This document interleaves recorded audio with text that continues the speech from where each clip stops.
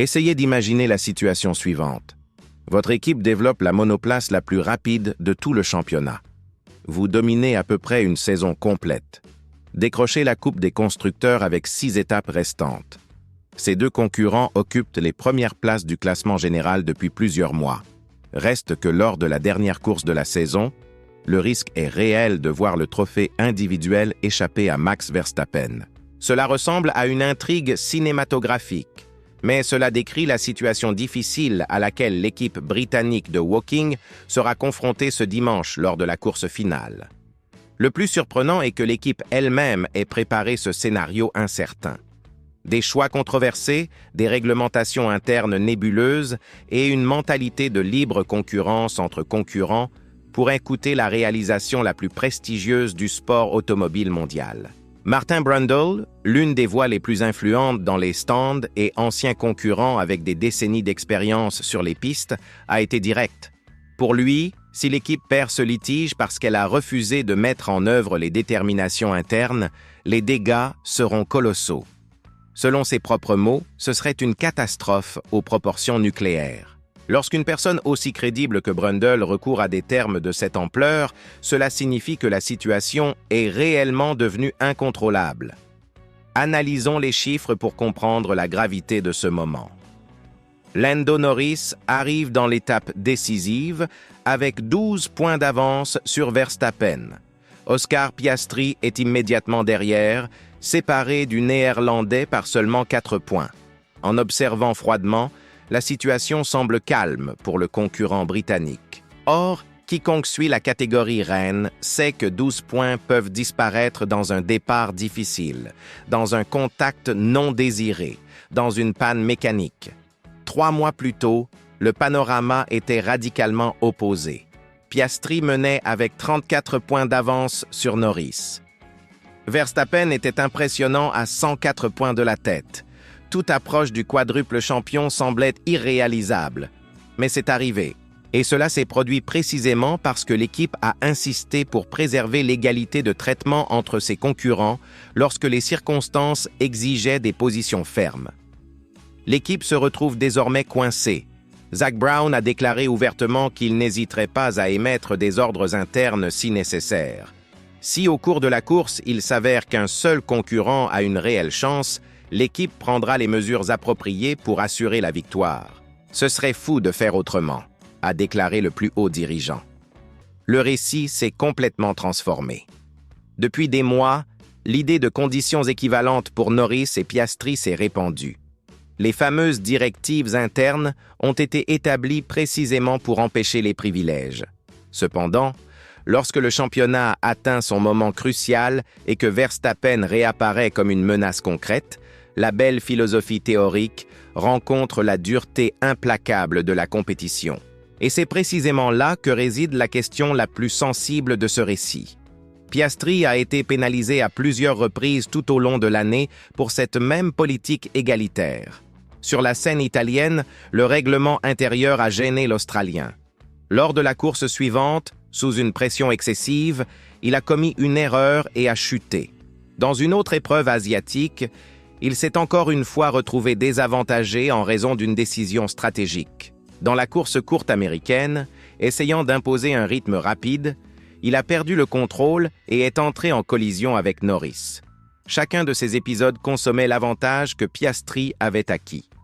Désormais, alors qu'il reste peu de cartes sur la table, l'équipe envisage de lui demander de céder. L'ironie frise l'insupportable.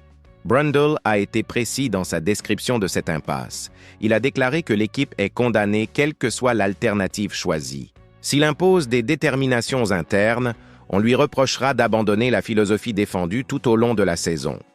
S'il ne s'impose pas et ne remet pas le titre à Verstappen, il sera dévasté par son incompétence stratégique. Il n'y a pas d'échappatoire sans égratignure. Le commentateur a également souligné les valeurs mises en jeu. L'opération coûte environ 400 millions de livres par an pour maintenir 2 monoplaces en compétition. Elle mobilise environ 1 millier de professionnels dédiés au siège de l'équipe. Gagner la Coupe des constructeurs a été monumental, mais tout le monde reconnaît que le trophée individuel a une signification différente. Voir cet exploit échapper à Verstappen représenterait un coup dévastateur pour le moral collectif. La grande variable de cette équation porte le nom d'Oscar Piastri. Interrogé directement sur le respect des décisions de l'équipe, l'Australien est resté insaisissable. Il a déclaré qu'il n'avait pas encore abordé ce sujet avec ses supérieurs. Tant que vous ne savez pas exactement quelles sont les attentes, vous ne pouvez pas proposer de réponse définitive. Notez la sélection minutieuse des mots. Piastri n'a pas dit qu'il s'y conformerait. Il n'a pas non plus dit qu'il le rejetterait. Il a gardé toutes les possibilités ouvertes. Cette incertitude alimente les conjectures. Le jeune homme de 24 ans. L'année a un tempérament remarquable. Il a démontré tout au long du championnat qu'il n'accepte pas passivement un rôle secondaire. Elle a construit son avantage grâce à de brillantes performances et méritait de rester en lice pour l'exploit ultime. Brundle a émis une hypothèse très révélatrice. Supposons que Verstappen soit en tête, Piastri juste derrière, George Russell en 3e et Norris en 4e place. L'équipe exigerait-elle que Piastri abandonne le podium, revienne à la 4e place et transfère des points à Norris? Selon le commentateur, certainement oui. Mais formuler cette revendication représente une chose. S'assurer que Piastri tient ses promesses est tout autre chose. Norris, à son honneur, a fait preuve de lucidité sur la circonstance. Le Britannique a admis que le choix final appartient à son coéquipier. Si la situation était inversée, il estime qu'il abandonnerait son poste car cela correspond à sa nature. Cependant, il reconnaît qu'il est injuste d'accuser Piastri de cela.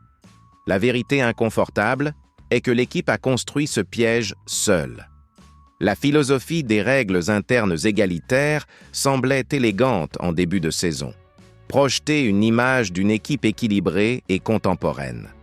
Cependant, quand est venu le temps de protéger le leadership de Piastri, il y a eu des hésitations.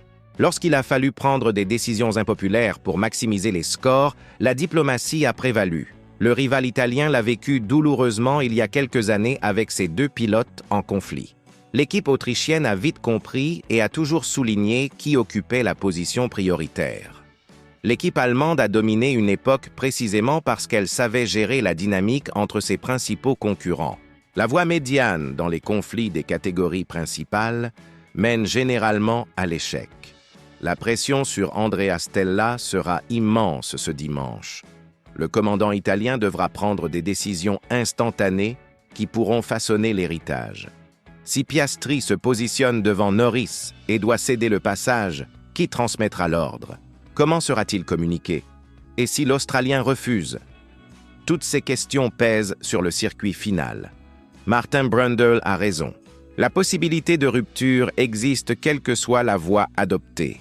Or, entre les deux ruptures possibles, perdre le trophée individuel face à Verstappen serait infiniment plus dévastateur. 400 millions de livres investis, 1 millier de collaborateurs engagés, la meilleure monoplace du championnat pendant une grande partie de l'année. Et pourtant, voir la conquête s'éclipser à cause d'une prudence exagérée.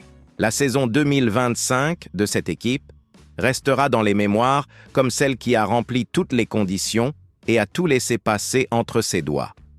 La course de dimanche s'annonce comme l'une des plus électrisantes de ces derniers temps. Chaque manœuvre de dépassement, chaque arrêt au stand, chaque émission de radio sera décortiquée par des millions de passionnés.